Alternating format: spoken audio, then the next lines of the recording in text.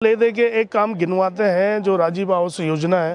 गाँव के लिए एक स्टेडियम बनाएंगे, जिस स्टेडियम बड़कोट में ना बच्चों के पास खेलने के लिए, फुटबॉल खेलने के लिए, बैडमिंटन खेलने के लिए, ना कबड्डी खेलने के लिए, ना किसी भी गेम के लिए जगह नहीं है। हम उनका तो सिर्फ एक ही काम है कि आरोप लगाना। नमस्कार, मैं अफरोज़ खान, आप देख रहे हैं टाइम विटनेस न्यूज़। और आज मैं मौजूद हूँ उत्तरकाशी के बड़कोट नगर में, जहाँ पर नगर पालिका परिषद के चुनाव हो रहा है। और इस चुनाव में कई प्रत्याशी ऐसे हैं जो मैदान में, लगभग 8 प्रत्याशी मैदान में हैं। और हमारे साथ मौजूद हैं यहाँ के बड़े लोकप्रिय नेता हैं विनोद डोभाल जी। आइए उनसे कुछ खास बातचीत करते हैं और जानने की कोशिश करते हैं कि वो जनता के बीच में जा रहे हैं तो उन्हें क्या क्या ऐसी समस्याएं लग रही है जो उनके सामने आ रही है।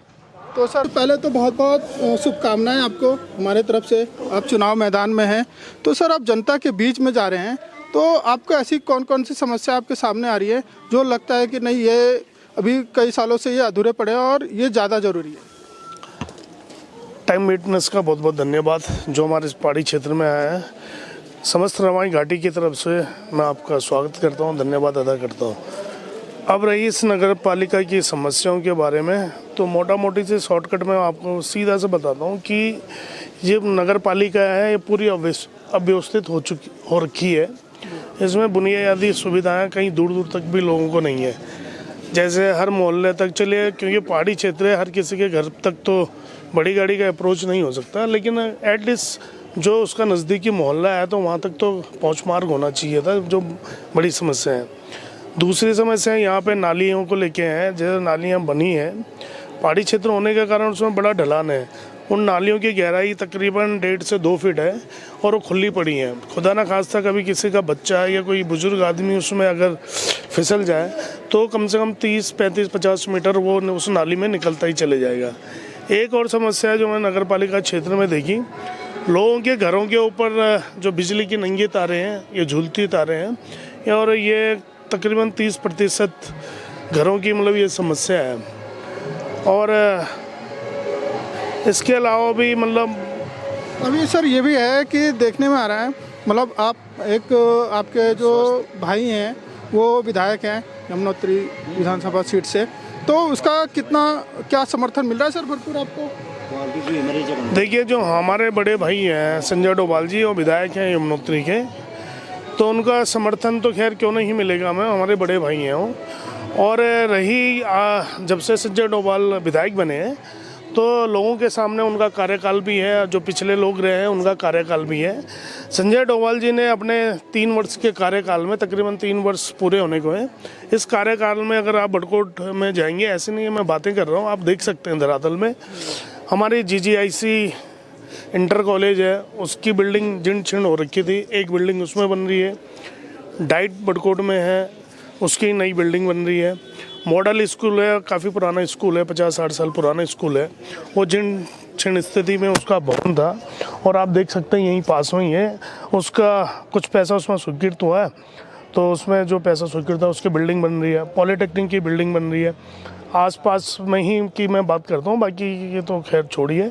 आसपास में एक बड़कोट को एक कनेक्टिंग रोड, छोटी रोड है पोंटी पुल की, तकरीबन मात्र 2-1 किलोमीटर की रोड है। ये हमारा राजगढ़ी क्षेत्र को जोड़ता है। तो आदमी की स्थिति वहाँ पे, अगर कोई गाड़ी आ जाए, कोई स्कूटर से जा रहा है या पैदल लोग जा रहे हैं, तो मतलब वो इतनी धूल उस पर उड़ती थी।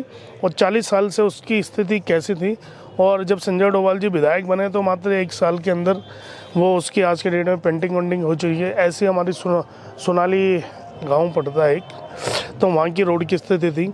और उससे आगे एक और गांव पड़ता था। वो सर मतलब रोडों पे तो काम चल रहा है, और शिक्षा की तरफ भी बड़ा ध्यान है। और आपका पिछले 10 साल के कार्यकाल को कैसा देखते हैं? मैं पिछले 10 साल के कार्यकाल को इसलिए पूछ रहा हूँ कि जो आपके सामने प्रत्याशी हैं, मैं अतुल राव जी की बात कर रहा हूँ।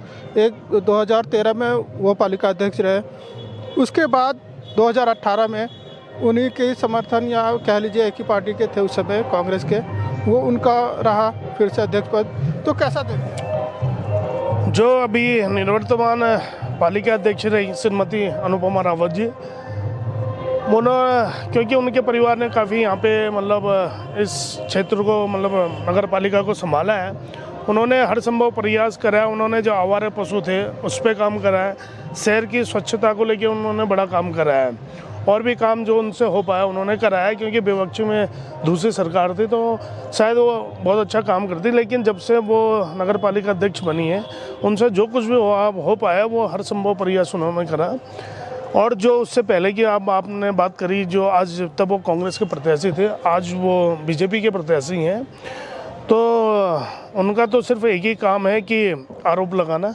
और अगर उन्होंने कोई काम करा होता तो जनता के बीच उन कामों को लेके जाते। एक बार ही तो लोग आपको आशीर्वाद दे चुके हैं, भाई दोबारा आप आशीर्वाद लेने नहीं जाओगे ना। एक बार आपको काम करने के लिए आशीर्वाद दिया था, तो वो अपने काम तो दिखा नहीं रहे हैं। वो ले दे के एक काम गिनवाते हैं, जो राजीव आवास योजना है। उस योजना में भी उन्होंने क्या करा कि वो ठेकेदार, जो राजीव आवास योजना जिसने बनाई, वो ठेकेदार कहीं हरियाणा या दिल्ली का वो ठेकेदार है। नगर पालिका की जनता सब जानती है। वो तकरीबन 396 मकान वो कहते हैं, तो उनके हिसाब से, अतुल रावत जी के हिसाब से संख्या मैं बता रहा हूँ, और जिसमें से मात्र 200 भवन ऐसे हैं जो बन पाए हैं। क्योंकि उसके बाद जब वो भ्रष्टाचार की भेंट चढ़ी वो योजना, तो फिर वो बाकी लोगों के भवन नहीं बन पाए। और हुआ क्या उसमें, एक चीज़ ये तो रही भ्रष्टाचार, तो जो उसमें हुआ ही वो, जो क्योंकि वो भवन उन्हीं लोगों के लिए थे जो गरीब लोग थे। उसमें जो एप्लीकेंट थे 396, तो हुआ क्या उसमें, जब वो भ्रष्टाचार की वो योजना भ्रष्टाचार की भेंट चढ़ी, तो जो गरीब आदमी के खाते में जो रुपया था, उन लोगों का जो अकाउंट था, वो सारे फ्रीज कर दिए गवर्नमेंट ने, मतलब सीज कर दिए वो खाते। और जब वो खाते सीज करे, तो अब किसी गरीब आदमी का उसमें 5,000 रुपये फंसा है, किसी का 10,000 रुपये फंसा है, और किसी का उसमें 50,000 भी होगा। जैसे जैसे लोगों के उसमें रुपए रहेंगे, हमारी उन सब लोगों की तरफ संवेदना है, क्योंकि हमें पता है 5,000 10,000 किसी गरीब आदमी का अगर कहीं फंसा रह जाता है तो उसको कितनी पीड़ा होती होगी।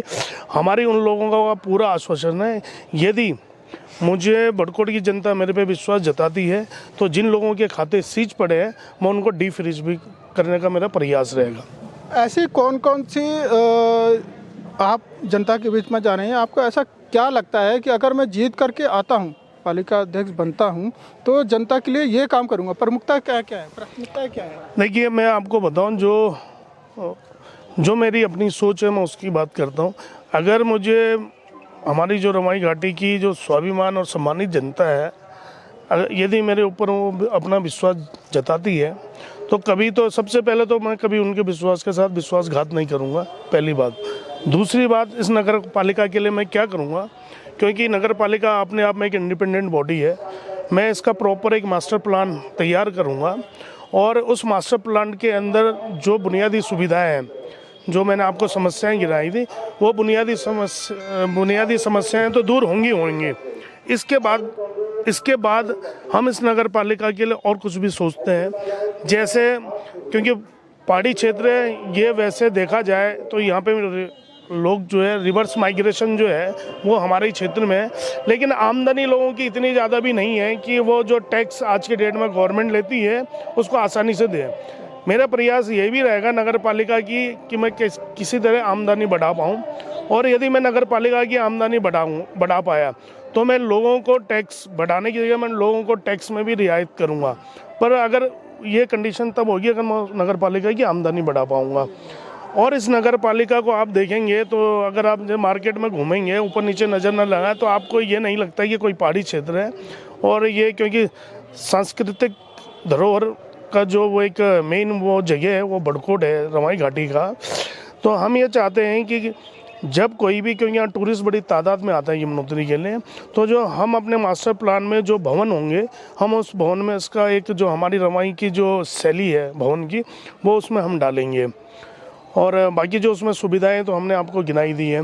दूसरा, हम नगर पालिका क्षेत्र में क्या है कि यहाँ पे ये यात्रा से जुड़ा क्षेत्र है, तो यहाँ बड़ा टूरिस्ट आता है। और यहाँ एक प्रचलन ऐसा है कि क्योंकि सारे गाँव के जो आसपास के गांव हैं, तकरीबन 60-70 गांव, उनका मार्केट बड़कोटी मेन बाज़ार है। तो लोग क्या करते हैं कि यहाँ जैसे उसने एक नाली, आधा नाली, 2 नाली घर खरीदना ज़मीन है, तो उस पर होटल भी बना लेता है और अपने के लिए रहने के लिए भी उसके लिए हो जाता है। तो हम, लेकिन उसमें एक समस्या यह आती है, जो आदमी ये काम करना चाहता है कि वो 143 के लिए कई महीनों कभी कभी साल भर भी हो जाते हैं, उसकी जो लैंड यूज़ है वो कन्वर्ट नहीं हो पाता है। तो हम उसको पहले ही बोर्ड प्रस्ताव में एक तो इसका लैंड यूज़ का कन्वर्जन का प्रस्ताव पारित करेंगे, ताकि कोई भी नौजवान किसी भी तरह का अगर अपना व्यवसाय यात्रा से होटल से जुड़ा हुआ करना चाहता है तो उसको एक सहूलियत रहे कि मतलब एक सिंगल विंडो की तरह हो कि अपना पेपर उठाओ सीधे बैंक में जाए, उसे 143 के लिए धक्के ना खाने पड़े। आप सर युवा नेता हैं, युवाओं के लिए क्या करेंगे? देखिए, आज तक भी मैं करता आया हूँ और जितने युवा हैं बड़कोट के वो इस बात से सहमत भी होंगे। मैं हर साल यहाँ पे, अभी पिछले साल भी मैंने कराया था, पिछले साल से स्टार्ट किया मैं यहाँ में कबड्डी का वो प्रदेश स्तरीय वो करवाता हूँ, कंपटीशन करवाता हूँ युवाओं के लिए, क्योंकि हमारे यहाँ तिलाड़ी एक शहीद स्मारक है और तमाम जनता तो बेचारी क्या करेगी, नेताओं को भी वो सिर्फ जिस दिन तिलाड़ी शहीद दिवस होता है उस दिन वो याद आता है और उसकी स्थिति ठीक नहीं है। लेकिन जो तिलाड़ी शहीद स्थल है वो है फ्लड जोन में, यमुना के एकदम सटा हुआ है यमुना से। आज तक नगर पालिका में जो आज बीजेपी के प्रत्याशी हैं उनके कार्यकाल में वहाँ करोड़ों रुपए लगाया गया। वो इसलिए लगाते हैं, वो कागजों में लगता है और अगली बार जब फ्लड आता है उसको वो ख़त्म कर देते हैं, तो पैसे को बराबर। हम तिलाड़ी जो शहीद स्थल है उसका प्रॉपर एक प्रोटेक्शन वर्क करेंगे, जो तिलाड़ी शहीद स्थल है उसका भी जीर्णोद्धार करेंगे।